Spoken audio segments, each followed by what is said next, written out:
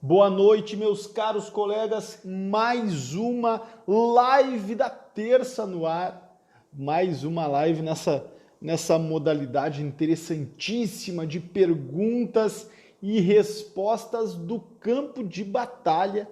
Perguntas e respostas que os colegas me trazem das diversas regiões com diversas questões envolvidas sobre prospecção, sobre processo, hoje sobre habilitação, sobre grupo econômico, né, Bruno? E outras questões que nós vamos conversar hoje na live da terça, que está iniciando agora. Bruno, me diz se o áudio tá bom, meu irmão. Me conta como é que tá esse áudio, que nós estamos começando devagarinho mais uma live da terça, com o tema recuperação judicial, questões práticas e resposta a algumas perguntas que eu recebi desde ontem. Então, me digam se está bom esse áudio, que nós já estamos esquentando. Já estamos esquentando. Que bom que tá bom o áudio, Bruno. Vamos devagarinho, então, respondendo algumas perguntas sobre recuperação judicial, sobre o campo de batalha, sobre questões práticas que a gente tem que ter de bate-pronto. Meus caros colegas, por que eu produzo tanto conteúdo? Por que eu estou diariamente dividindo com você algo novo, algo importante, algum argumento relevante para você utilizar diante de um potencial cliente, para você utilizar diante do Poder Judiciário ao pleitear uma recuperação judicial, para você utilizar com o juízo quando eventualmente for pleitear sua nomeação como administrador judicial. Eu produzo tanto conteúdo. A minha intenção é, de fato, despejar conteúdo prático sobre recuperação judicial para você, porque a minha ideia, a minha intenção é ver você trabalhando com recuperação judicial. É ver você caminhando conosco no mercado de recuperações judiciais, visto a necessidade premente dos agentes econômicos de ter as suas demandas resolvidas por você. Meu caro colega, ainda em tom inicial, recebendo os colegas que estão chegando, eu estou absolutamente convencido que não tem sentido o advogado ou a advogada ficar de costas para o mercado de recuperações judiciais. Tudo bem, Maria do Carmo? Tudo jóia, querida? Eu estou convencido que não faz qualquer sentido ficar alheio aos processos de recuperação judicial, visto que a recuperação judicial depende, ou melhor, vai impulsionar a recuperação da economia brasileira. A gente já sabe disso. Maria do Carmo, você quer conversar comigo online aqui? Quer que eu te adicione? Tem algumas perguntas que eu recebi que eu quero enfrentar, mas eu topo enfrentar conversando com você. Você quer? Eu te adiciono agora e a gente segue a nossa conversa. Só quero que você me responda antes, porque eu tenho algumas perguntas aqui que eu quero responder e faria questão de conversar com você sobre estas perguntas. Mas então, assim, enquanto a Maria do Carmo responde, eu quero chamar a atenção para algo essencial. Eu produzo tanto conteúdo porque a minha intenção é ver você, caro colega, trabalhando com recuperações judiciais. Se não for trabalhando conosco no colegiado empresarial, no treinamento avançado em recuperação judicial, que pelo menos eu ajude a qualificar esse mercado. É essa a minha deliberada intenção. Tá bom? Então, olha só, eu perguntei, Maria do Carmo, porque houve um convite aqui que você me enviou, uma solicitação para participar do seu vídeo ao vivo. Por isso, querida, mas faremos em algum momento, fique certa disso, fique certa disso. Olha só, algumas perguntas que eu recebi que eu quero daqui a pouquinho começar a manejar. Na verdade, eu quero começar agora já. A pergunta que foi feita pelo Bruno, porque eu acho que está aqui, está no mercado, né, Bruno? Vamos ver se você consegue caminhar comigo. A pergunta é a seguinte, Marcelo, olha só a pergunta. Marcelo, grupo econômico pleiteando recuperação judicial, com uma holding envolvida, tem alguma particularidade de uma recuperação judicial promovida por grupo econômico? Tem alguma particularidade que você mereça sublinhar? Meus caros colegas, a questão é a seguinte, grupo econômico e empresa individual. Qual é a diferença para ingressar em recuperação judicial? Olha só, Bruno, eu vou responder essa pergunta enquanto a gente vai aquecendo os motores. Quem tem questão para me fazer sobre recuperação judicial, pode fazer agora. Pode me enviar também. Eu tenho algumas aqui para enfrentar, mas a ideia é fazer um bate-bola, a ideia é fazer uma roda de conversa e nós vamos fazer essa roda de conversa de qualquer jeito. Então vamos lá, olha só. Olha só, João, olha só, Fernanda. Não posso me riscar aqui, né, gente? Mas grupo econômico. Antes, Bruno, antes da Lei 14.112 de janeiro de 21, grupo econômico era reconhecido judicialmente através das características que a gente entende por grupo econômico, ou seja, objeto social que está alinhado com as diversas empresas e outras questões que aí deveria fazer um aprofundamento melhor. Mas o que eu quero responder diz respeito ao que era e ao que virou.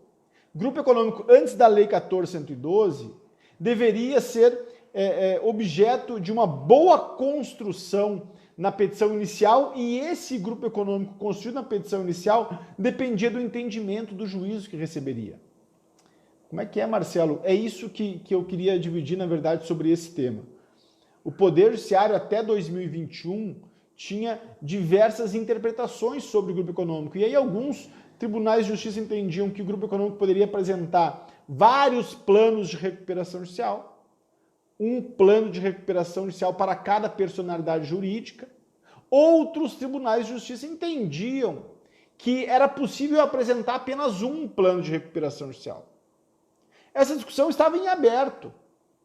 E aí cada tribunal tinha a sua posição, o Superior Tribunal de Justiça também se manifestando sobre questões específicas desse tema, mas sem iluminar de modo unificador.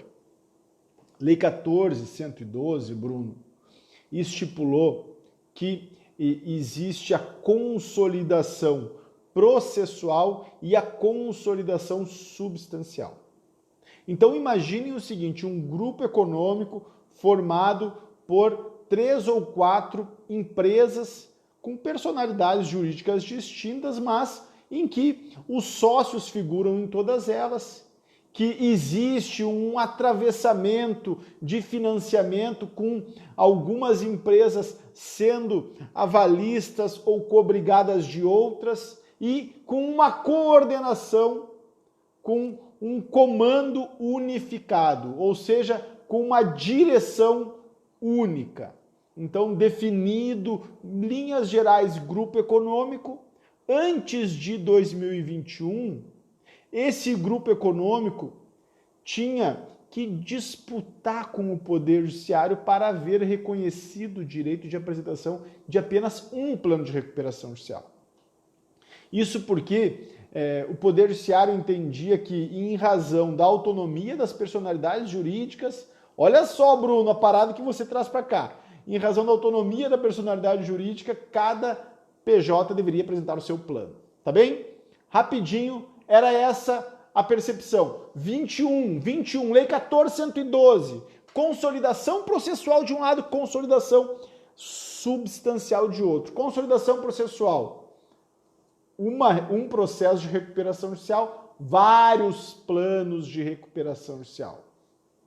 Ou seja, independência entre as personalidades jurídicas.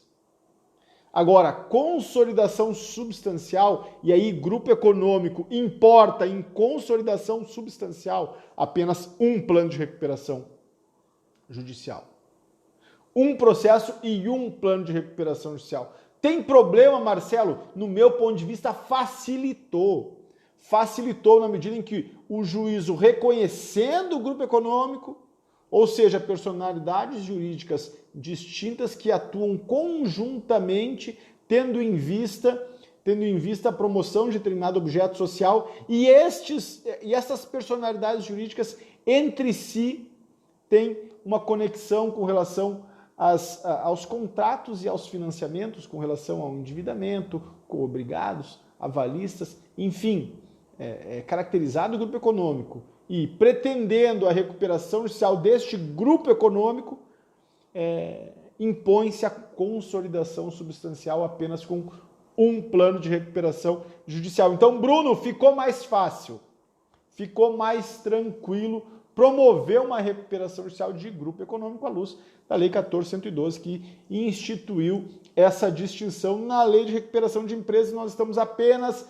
aquecendo. Sejam bem-vindos, meus caros colegas Sueli, Gian, advogado Félix, Pedro, Sula, sejam bem-vindos. E aí, respondendo as perguntas, quem quiser me trazer pergunta, traga. Traga pergunta que eu tô quente.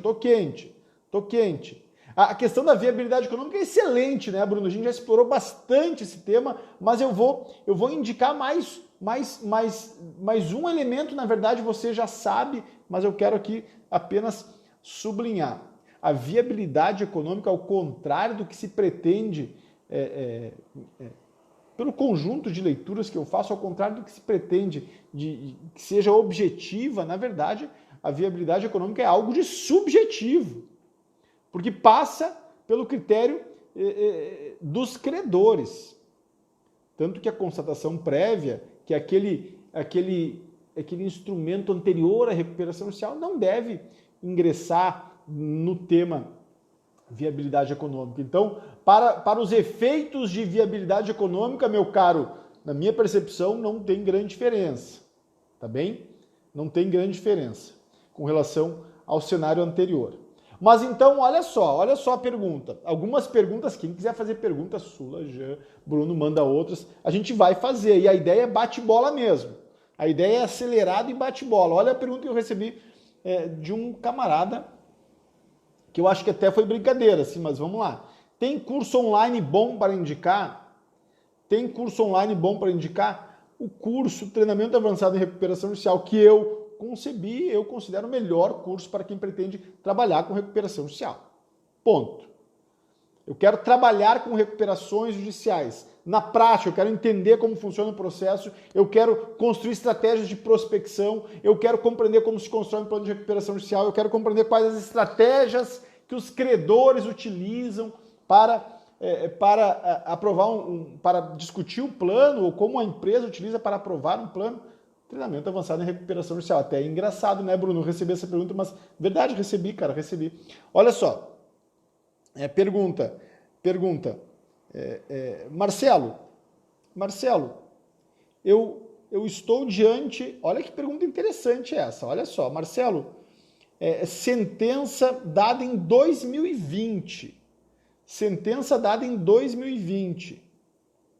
A ré entrou em recuperação extrajudicial em 2018 e a recuperação extrajudicial foi homologada em 2020, pelo que eu entendi essa pergunta. O que eu faço? Então, o tema agora é recuperação extrajudicial. Mas, Marcelo, você falou que apenas conversar sobre recuperação judicial. Pois é, mas vem pergunta sobre recuperação extrajudicial e nós vamos explorá-la. Olha só, Marcelo, recuperação extrajudicial requerida em 2018, é isso, a sentença dada em 2020, o que eu faço? A pergunta diz respeito à habilitação de crédito. A pergunta formulada diz: como eu prossigo a execução diante de uma recuperação extrajudicial? Meu caro colega, a recuperação extrajudicial, olha para cá, a recuperação extrajudicial, ela vai submeter todos os créditos constituídos até o pedido de homologação do plano de recuperação extrajudicial. E agora é fundamental entender esse detalhe. Como é que funciona a recuperação extrajudicial? Vamos fazer uma comparação aqui rápida. Recuperação extrajudicial e recuperação judicial. Recuperação judicial, a empresa se dirige ao Poder Judiciário para requerer o processamento do pedido. E esse processamento é um processamento judicial. A recuperação judicial, como o próprio nome diz, ela vai indicar um administrador judicial, um processo no qual vai se verificar todos os créditos, um processo no qual vai se controlar toda as ações paralelas de execução patrimonial de crédito que não submetem e, na verdade, o juízo da recuperação judicial vai controlar toda a vida da recuperanda no que toca à execução patrimonial. Então, guardem bem isso. O empresário que promove recuperação judicial segue na gestão de todas as operações, segue na gestão da sua empresa. Agora, quem controla a execução patrimonial é o juízo da recuperação judicial. Quem aprova ou não aprova o plano de recuperação judicial são os credores. Agora, na recuperação extrajudicial. Na recuperação extrajudicial, você não tem uma ingerência mais forte do Poder Judiciário na empresa. A recuperação extrajudicial, a empresa simplesmente leva ao Poder Judiciário um plano de recuperação extrajudicial, e neste plano ela já indica quem são os credores. Os credores A, B, C e D. Estes são os credores que vão receber, na forma do plano de recuperação, a dívida, o pagamento da dívida que eu possuo. Essa é a recuperação extrajudicial. Portanto, olha só, e agora respondendo a pergunta da colega. Portanto, se a empresa requereu recuperação extrajudicial em 2018 e o crédito que você, minha cara colega, titulariza, decorre de sentença proferida em 2020, o que você deve fazer? Você deve requerer o prosseguimento da execução. É isso.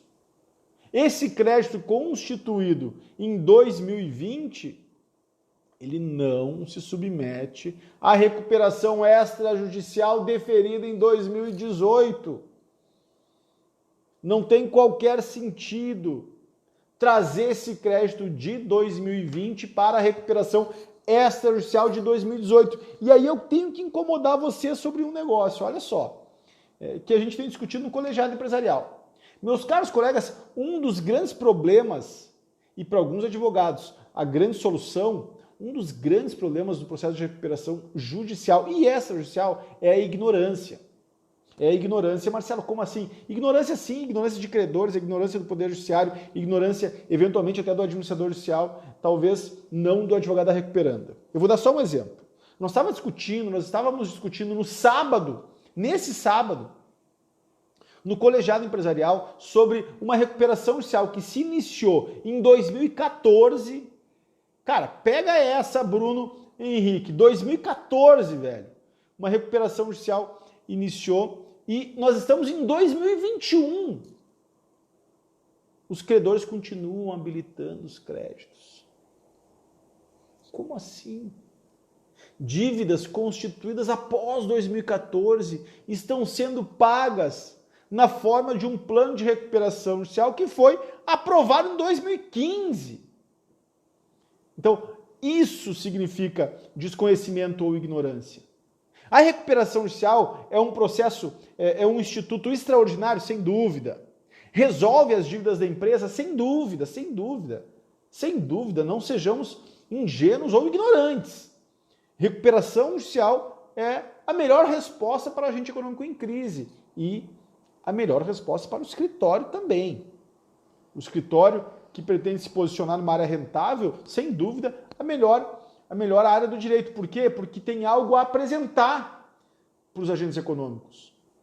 Em um cenário grave como o que atravessamos, não tem outro tipo de ação que resolva os problemas como a recuperação judicial. Mas assim, ela resolve os compromissos imediatamente, de médio e de longo prazo, mas não ad eternum. Como é que é, Marcelo? Ela não vai resolver eternamente as dívidas da empresa. Então, se nós aqui, nós que estamos nessa live, montarmos uma empresa, constituirmos um passivo expressivo e ingressarmos em recuperação judicial, esse passivo expressivo será administrado dentro da recuperação judicial. Nós vamos pagar esse passivo, em regra, conforme o plano de recuperação judicial. Então, se uma empresa deve 5 milhões, A partir do momento que ela pede recuperação judicial, suspende-se a execução patrimonial, os processos de execução, as dívidas de 5 milhões, e essas dívidas restam suspensas até a aprovação do plano de recuperação judicial, o que significa, no mínimo, 1 ano de suspensão de todas as dívidas, no exemplo que eu indiquei, 5 milhões. Depois, esses 5 milhões serão pagos de acordo com o plano de recuperação judicial, que nós iremos formular, a empresa que apresenta o plano de recuperação judicial. E esse plano de recuperação judicial é aprovado pelos credores. Os credores chancelam esse plano. E como é que eles aprovam esse plano? Bom, a conversa é muito longa para eu poder explicar como eles aprovam esse plano. Mas o fato é que os credores aprovam o plano de recuperação judicial. E esse plano prevê alongamento, pagamento em 7, 8, 9 anos. Esse plano prevê uma carência de 12, 18, 24 meses. E esse plano prevê deságio de 20, 30, 40, 50%, 60%. Então, é por isso que recuperação judicial resolve os compromissos da empresa, resolve a vida empresarial. Agora, após nós ingressarmos em recuperação judicial, as dívidas que nós constituirmos após o ingresso em recuperação judicial, e olha para cá que isso que é o fundamental. Essas dívidas, elas não se submetem à recuperação judicial. Elas não são submetidas ao juízo universal. Razão pela qual recuperação judicial, aquela de 2014, aquela que foi promovida, que eu dei o exemplo, 2014, as dívidas que ela constituiu a partir de 2015, sequer dialogam com o plano de recuperação judicial. E nesse sentido, não tem lugar no direito uma recuperação judicial que tem o seu curso até 2021. Marcelo, me explica melhor esse detalhe. Nós já vamos voltar para verificação, que tem outra pergunta sobre verificação de crédito que eu quero explicar. Eu quero explorar com vocês aqui, eu quero conversar. Mas olha só. Por que não faz sentido uma recuperação judicial perdurar 8, 9, 10 anos? Se vocês visitarem o artigo 58, 59, 60, 61 da Lei 11.101, vocês vão perceber que a ideia da recuperação judicial é ser célere. A ideia da recuperação judicial é ser rápida.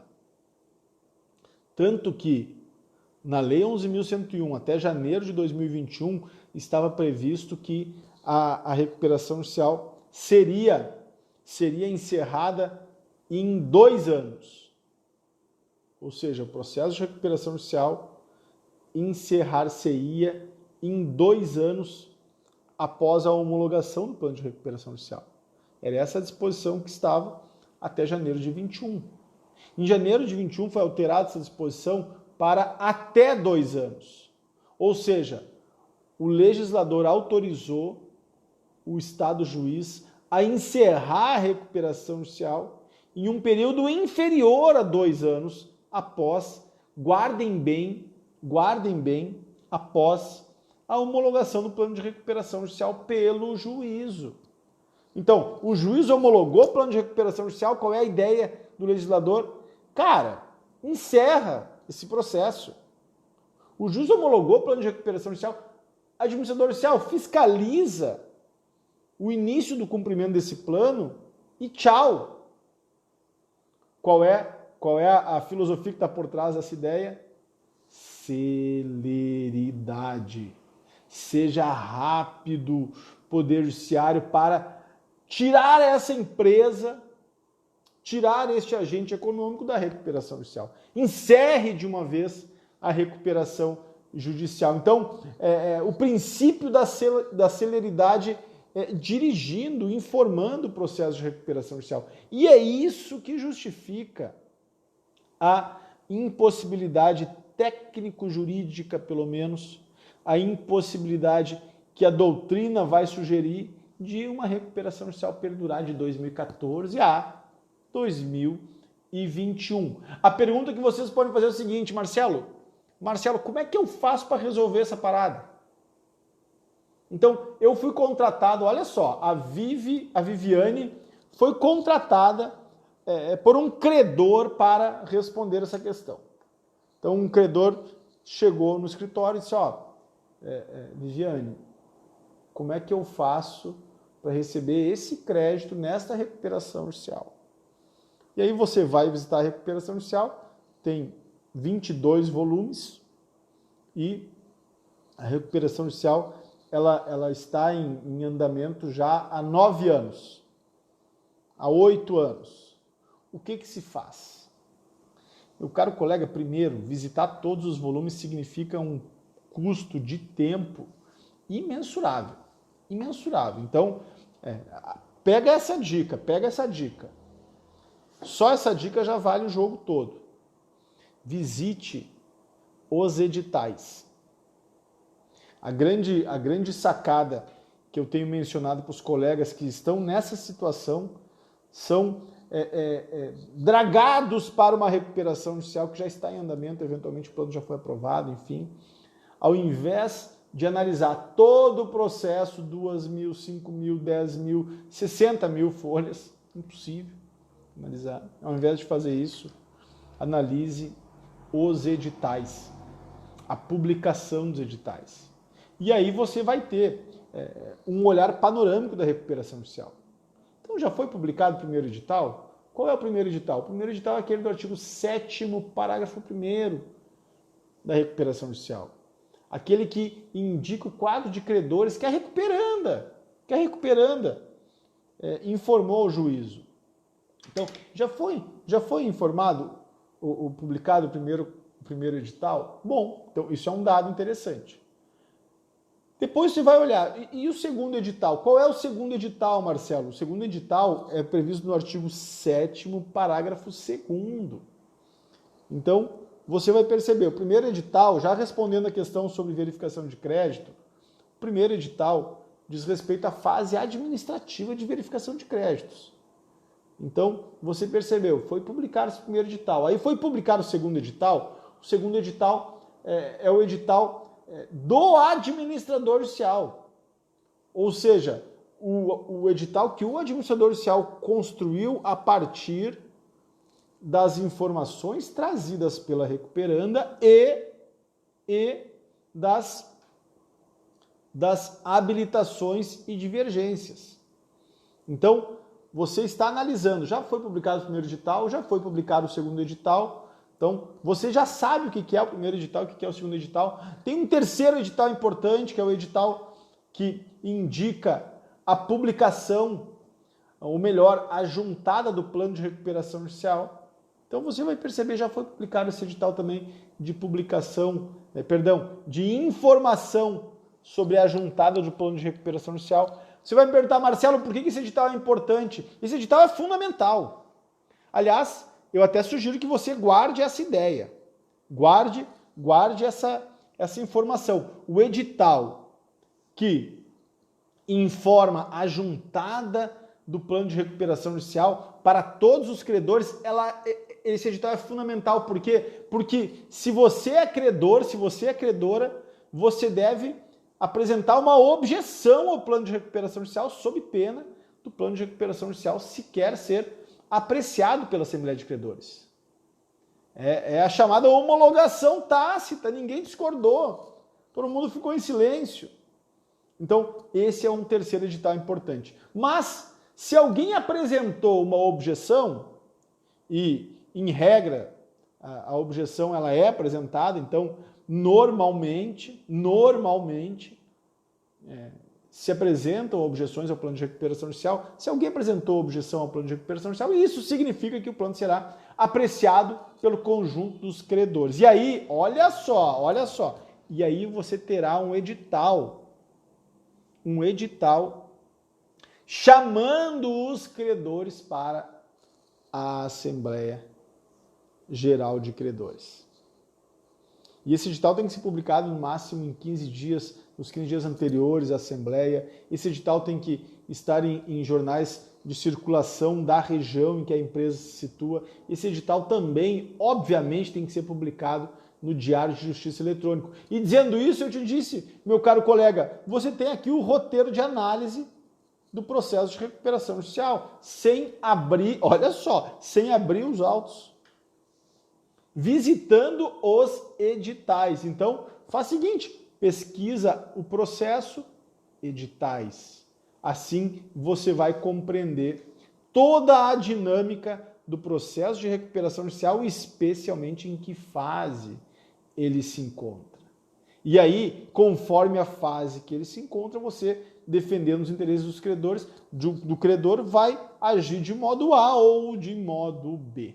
Essa é a sacada importante para não olhar 10, 20, 30, 40, 50 mil páginas. E aí, respondendo objetivamente a questão, Marcelo, o que eu faço se eu estiver no meio dessa situação? Recuperação judicial iniciou em 2014, 2020, 2021, a recuperação não se encerrou. O que eu faço? Na verdade, uma recuperação judicial nessa condição, ela precisa ser bem avaliada. Porque existem duas hipóteses. A primeira hipótese é uma complexidade imensa que tornou o transcorrer da recuperação judicial algo muito difícil. Então, a primeira hipótese é: a recuperação judicial envolve um grupo econômico imenso, a recuperação judicial envolve valores expressivos, patrimônio muito considerável e um litígio radical. Então, essa é a primeira hipótese. Então, é muito litígio, muito patrimônio, muito tensionamento, recuperação judicial acaba tendo uma morosidade que desborda da previsão do legislador, tá bom? Raro, mas é possível. Segunda hipótese, a recuperação iniciou em 2013, 2014, 2021, ela não se encerrou, significa que a recuperação judicial está mal conduzida. Significa que, eventualmente, ninguém mais sabe, olha só o risco que eu vou dizer, eventualmente ninguém mais sabe em que passo está a recuperação judicial. E aí, a sugestão que eu dou para o caro colega é o seguinte: meu velho, chama o feito à ordem. Chama o feito à ordem. Indica os comandos legais que impõem um encerramento da recuperação judicial em até 2 anos após a homologação do plano de recuperação judicial. Se o plano não foi ainda aprovado, se o plano sequer foi aprovado, faça um requerimento e junte ao processo, solicitando que o juízo chame o feito à ordem e indique o aprazamento da Assembleia Geral de Credores. Mais que isso, se você está nessa condição, entre em contato com o administrador judicial e pergunte para o administrador judicial em que fase, em que pé, em que circunstância, em que situação está essa recuperação judicial, porque não é possível uma recuperação judicial iniciada há 8 anos ainda não ter um plano de recuperação devidamente aprovado. Compreende? Então, 2 circunstâncias. Primeira circunstância, eu já desenhei. Processo muito complexo, processo que envolve muitas variáveis, um patrimônio imenso, muito litígio e que, enfim, o seu desenrolar foi mais lento. Há processos com essa situação? Há. Agora, o que existe, no mais das vezes, nessa descrição fácil que eu fiz há pouco, é o seguinte: cara, ninguém mais sabe em que pé esse processo está. O processo está verdadeiramente desordenado. E aí chamar o feito à ordem e requerer ao juízo, se não foi aprazada a Assembleia de Credores, que seja, requerer a intimação do administrador judicial sobre esse andamento, requerer ao juízo e ao administrador judicial o respeito aos comandos da Lei 11.101, que impõe que a Assembleia, que todo o rito ocorra em até 1 ano. Eu não sei, meus caros colegas, se vocês já sabem dessa ideia, mas se fala tão pouco disso que eu vou repetir aqui. Todo o rito do processo de recuperação judicial tem a duração de no máximo um ano. No máximo um ano. Por isso que os prazos são contados em dias corridos. Por isso que o prazo de verificação administrativa e verificação judicial, ele é muito rápido. Por isso que a Assembleia de Credores deve acontecer na forma da Lei 11.101, deve acontecer em até 150 dias do deferimento do processamento da recuperação judicial. Por isso que o juízo é autorizado a encerrar a recuperação judicial em um prazo inferior a 2 anos após a homologação do plano de recuperação judicial. Tudo isso que eu quero dizer, que eu estou dizendo, diz respeito a um valor importante que informa o processo de recuperação judicial, que é a celeridade, a velocidade. Por quê? Porque a recuperação judicial importa em um sacrifício relativo dos credores. E esse sacrifício deve ser justificado, Rafael. Esse sacrifício deve ter sentido social. E isso significa que a recuperação judicial não pode ser um instrumento de blindagem patrimonial para enfim, a gestão dos passivos. Meus caros colegas, me empolguei aqui, perguntas, me indiquem perguntas aqui, me digam também o que vocês acharam desse monte de informação que eu acabei de me empolgar aqui e dividir. Me contem aí, por favor, outras perguntas sobre o campo de batalha.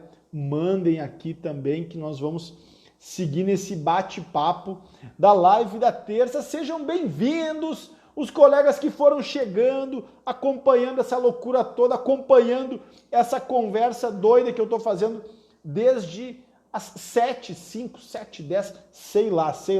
Mas então, me mandem mais perguntas que eu estou lendo aqui, algumas que... uma eu já respondi aqui que eu tô visitando, vou tentar só resumir. Vou tentar só resumir uma aqui, Marcelo. Como é que eu faço a habilitação de crédito na recuperação judicial? Marcelo, me fala da habilitação de crédito. Então, vamos lá. Primeiro, façam perguntas aqui também, que eu vou rapidinho desenhar a recuperação de crédito. Melhor, a habilitação de crédito. Que recuperação de crédito é essa? Loucura. Olha só, Marcelo, como é que eu faço a habilitação de créditos em uma recuperação judicial? Como é que eu faço a habilitação de créditos em uma recuperação judicial? Você tem duas formas. Primeira forma, a habilitação administrativa com um administrador judicial. Então, você vai fazer o seguinte, você é advogado do credor, tá lá, sabe que a empresa ingressou em recuperação judicial, acompanha a publicação do edital. Essa sacada do edital já vale ouro, né, Bruno? Então, guarde a ideia do edital. Olhou, edital publicado. O que diz esse edital, Marcelo? Olha só, o edital do artigo 7º, parágrafo 1º, primeira coisa que ele faz, defere o processamento da recuperação judicial. O juiz está dizendo, defira o processamento da recuperação judicial ao agente econômico XYZ. Tá? Então, ao deferir esse processamento, ele vai suspender todas as dívidas. Você, credor, já não vai poder prosseguir na execução. Eu vou ainda voar com esse celular, porque tem um fio aqui que está... Enfim. Então, o juiz vai deferir o processamento da recuperação judicial, artigo 7º, parágrafo 1º, vai suspender todas as dívidas, vai nomear um administrador judicial, vai determinar que o juízo inscreva a recuperação judicial do lado das empresas, da empresa que entrou em recuperação judicial, enfim, tá bom? Determinou. Nesse momento você tem 15 dias, Marcelo, 15 dias úteis conforme CPC, não, esqueça o CPC nesse caso, você tem 15 dias corridos para dirigir ao administrador judicial a habilitação ou divergência. Então você vai habilitar com o administrador judicial, você vai habilitar a habilitação, é sacanagem, né? Aí parece até que eu estou sacaneando. Então você vai habilitar com o administrador judicial o seu crédito, eventualmente você vai divergir do quadro de credores, Marcelo, cara, 15 para as 8, velho. 15 para as 8. Você quer falar, eventualmente vai divergir, que isso? 14 para as 8, na verdade. Então, por que divergência? Porque você pode já ter determinado cliente que tem a receber 500 mil reais e a empresa em recuperação judicial indicou no quadro de credores 350 mil reais. Mordeu 150 mil reais na saída. E aí você não vai fazer uma habilitação com o administrador judicial porque seu crédito está devidamente habilitado. O que não está é com o valor correto. Então você vai fazer uma divergência com o administrador judicial. Marcelo, e onde é que eu acho as regras dessa divergência? Ela é administrativa, ela tem que ser feita por advogado, ela pode não ser feita por advogado. Mas o que tem que conter essa divergência? Visita o artigo 9, nono artigo da lei 11.101, 9, na mão, 9. Vai lá e vê, tá lá tudo que precisa. Tudo que precisa. Só vou lançar uma dica. Junte os documentos originais.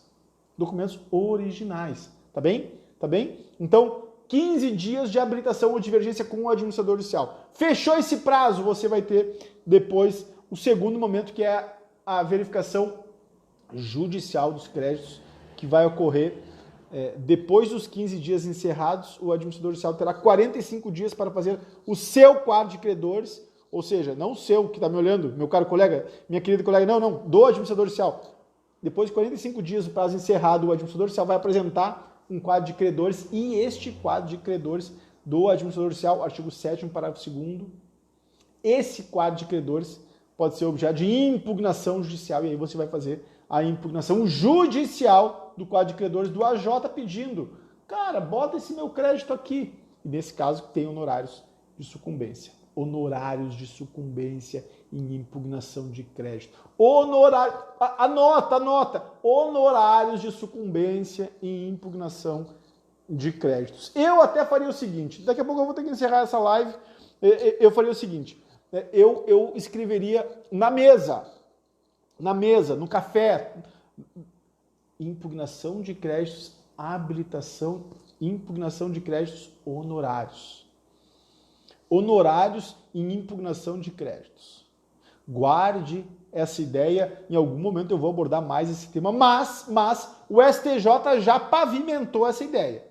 Isso significa que em série de impugnação de crédito, olha só, meu caro colega, impugnação de crédito, um procedimento sumário, mas com cognição exauriente. Meu Deus do céu, essa hora falar isso, cara, para quê? Mas vamos lá. Nesse procedimento de impugnação de crédito, você terá honorários de sucumbência. Aliás, tem vários colegas que estão ganhando bons honorários em série de impugnação de crédito. Por quê? Porque a outra parte não sabe nem o que significa.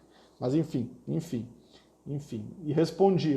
Eu vou responder a Vivi agora e o Namur Meeting. É isso aí, né, velho? Eu não sei explicar o teu nome direito. Mas vamos lá. Olha só. Vamos lá, Viviane. Vamos lá. Minha dúvida é com relação ao crédito trabalhista homologado pelo juiz trabalhista. Caberá ao AJ impugnar o valor do crédito na ação de recuperação judicial? Não. Excelente pergunta. Olha só. A pergunta é mais ou menos a seguinte: Marcelo, eu tenho um crédito que eu, em razão do êxito de uma reclamatória trabalhista, e esse crédito eu fui habilitar na recuperação judicial e o AJ está apurrinhando que esse crédito não pode ser habilitado de modo A, B ou C. Ao administrador judicial e ao juízo da recuperação judicial, cabe a verificação da submissão ou da insubmissão desse crédito à recuperação judicial. Não cabe ao administrador judicial ou mesmo ao juízo da recuperação judicial analisar a natureza do crédito trabalhista. Ou seja, esse crédito submete, esse crédito não submete. Esse crédito eu inscrevo, esse eu não inscrevo. Não, isso aí é competência da justiça especializada, e eu estou me referindo objetivamente ao artigo 10 e 11, se eu não estou enganado, Viviane, da Lei 11.101. Dá uma olhada lá. Mas não cabe ao administrador judicial impugnar o valor do crédito na ação de recuperação judicial. O que o administrador judicial e o que o juízo pode admitir é o seguinte: Viviane, esse crédito aqui não submete aos efeitos da recuperação judicial. Isso ele pode fazer. Agora, impugnar o valor do crédito na ação de recuperação judicial, o valor do crédito vamos dizer assim, é apurado, tem a sua competência na justiça especializada. E isso é matéria de disposição expressa da Lei 11.101. Então, podemos conversar um pouquinho mais sobre isso, porque me parece que tem um ruído aí que pode ser resolvido sem maiores dificuldades, tá bom? Vamos lá. Se o Namur Miringa, se quiser colocar teu nome aqui para ficar mais fácil a gente conversar, eu ia te agradecer, tá bom? Mas fica à vontade. O dono da empresa não administra mais após o referimento de início de recuperação judicial. Ah, olha que boa essa pergunta, cara. Olha que boa essa pergunta. Que boa. Me fala teu nome aí, escreve teu nome aí para mim. Namur. Cara, que nome show, cara. Namur, tá jóia. Namur, olha só. O José já vai lá e diz, ó, cara, é artigo 10. Obrigado, brother, obrigado. Já me ajudou aqui, ó. Artigo 10. Viviane, 10, igual o número, a nota que eu ganhei aqui há pouco tempo da live, dizendo que era legal, que é 10. Se alguém tá gostando dessa live, diz que tá gostando pra mim. Pô, escreve aí, Marcelo, tô adorando essa live maravilhosa, tá muito legal, tô gostando. Escreve aí pra mim, por favor, pô, vamos tocar ficha. Manda coração, isso, vamos fazer uma loucura aqui. Bota que gostou. Faz mais, pede mais, eu quero não acaba nunca, faz essas coisas, vamos lá. Olha só, o dono da empresa não administra mais ela após o referimento. Cara, Namur, olha só, cara. Ô, velho, claro que administra, cara. Claro que administra. Claro, pelo amor de Deus. Pelo amor de Deus. Olha só. Que pergunta, Namur. Namur, eu vou brigar contigo, brother. Vocês deixam eu brigar com o Namur, eu vou brigar com o Namur. Até eu tô com vontade de adicionar ele aqui. Cara, pensa comigo, brother. Pensa comigo. A empresa em recuperação judicial, ela não é administrada pelo administrador judicial. Não. A empresa em recuperação judicial, ela é administrada pelos seus sócios, ou pelo diretor, ou pelo modo como ela vinha sendo administrada, cara. Pensem comigo o seguinte, qual é a empresa que vai ingressar em recuperação judicial se ela, ao ingressar em recuperação judicial, vai otorgar o poder de gestão para o administrador judicial? Claro que não. Maninho, olha para cá. Você é advogado, ingressou em recuperação, representando uma empresa, obviamente, ingressou em recuperação judicial. Quem vai seguir administrando a empresa é o seu cliente. Quem vai seguir na gestão plena, absoluta e restrita da empresa é o seu cliente. Marcelo, então, cara, vamos imaginar, Namur, agora eu vou te sacanear, meu velho. Vou imaginar que ele discorde, você discorde. E você vai discordar dizendo o seguinte, olha só, o Namur, não fica bravo comigo, né, velho? Pelo amor de Deus, estamos brincando aqui. Mas assim, ó, olha só, você vai imaginar o seguinte, mas Marcelo, então para que serve o administrador judicial? Olha que boa pergunta, cara, olha que boa pergunta. Para que serve o administrador judicial? Cara, isso que é bom discutir com gente inteligente. Para que serve o administrador judicial? Mano, o administrador judicial serve simplesmente, tem por escopo a fiscalização da atividade da empresa. Ele é a longa mão do juízo na recuperação judicial. Ou seja, é ele que vai acompanhar a empresa. É ele que vai, representando o Poder Judiciário, representando o Estado juiz, é ele que vai analisar os relatórios mensais de atividades e juntar no processo. Mas, mano, é ele que vai presidir a Assembleia de Credores e prezar por sua legalidade, pela sua constitucionalidade, por seu regular andamento. Então, o administrador judicial, ele é essa figura. Ele não se miscui com a vida gerencial da empresa, ele não passa a ser o gestor da empresa. E sim, José, perfeito, meu velho.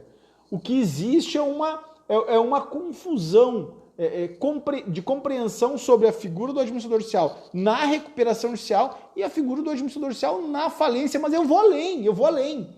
Existe uma confusão sobre recuperação judicial e falência, e é por isso que alguns advogados perdem dinheiro. Estamos encaminhando para o fim. É por isso que alguns advogados perdem dinheiro. Por quê? Porque não comunicam.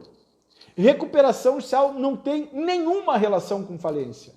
Recuperação judicial é o remédio que o direito empresarial, que o ordenamento jurídico brasileiro oferece ao empresário em crise precisamente para o soerguimento, para não convolar em falência. Ponto final. Vamos imaginar o seguinte, um casal não está bem, quer se separar, o que o direito oferece? Divórcio. O trabalhador se sente lesado nos seus direitos, o que o direito oferece? Reclamatório trabalhista. Vamos imaginar que um cidadão é ofendido na sua honra. O direito civil vai oferecer a ação de responsabilidade civil, né, e dano moral envolvido. O direito penal vai dizer, olha, nós estamos falando de calúnia, injúria, difamação. Então, o direito oferece isso. E aí, o empresário em crise, o que o direito oferece? Recuperação judicial. Recuperação judicial. Não há outro lugar. E o que isso tem a ver com falência? Nada. Por quê? Porque falência diz respeito ao fim da operação. A extinção no médio e longo prazo da personalidade jurídica e a liquidação dos ativos para pagamento parcial aos credores. Já a recuperação judicial, ela tem por escopo, ao fim e ao cabo, o soerguimento. Qual é o princípio que rege a recuperação judicial e que afasta por qualquer modo o regime falimentar? Princípio previsto. Anotem. Vamos anotar? Eu vou anotar mesmo. Vou anotar aqui, porque eu estou a fim de anotar. Anotem aí também, vamos todo mundo anotar. Artigo, e a caneta que eu vou anotar não está funcionando também, então vou usar outra. Artigo 47, anotem. Artigo 47 é o comando principiológico. Agora vou falar bonito. É o comando principiológico do Instituto previsto na Lei 11.101, chamado recuperação judicial. Princípio da preservação da empresa. E quando digo preservação da empresa, o legislador quis dizer preservação dos empregos, preservação da atividade, preservação do interesse dos credores e preservação também dos tributos, né? Visto lato sensu a compreensão da sua função social. Então, é essa compreensão que, encerrando por hoje, é essa compreensão. Então, olhem para cá para a gente encerrar bem. De novo, digam aí que tá legal, digam aí se estão curtindo, e já está encerrando. É essa compreensão que está fazendo alguns colegas deixar dinheiro na mesa.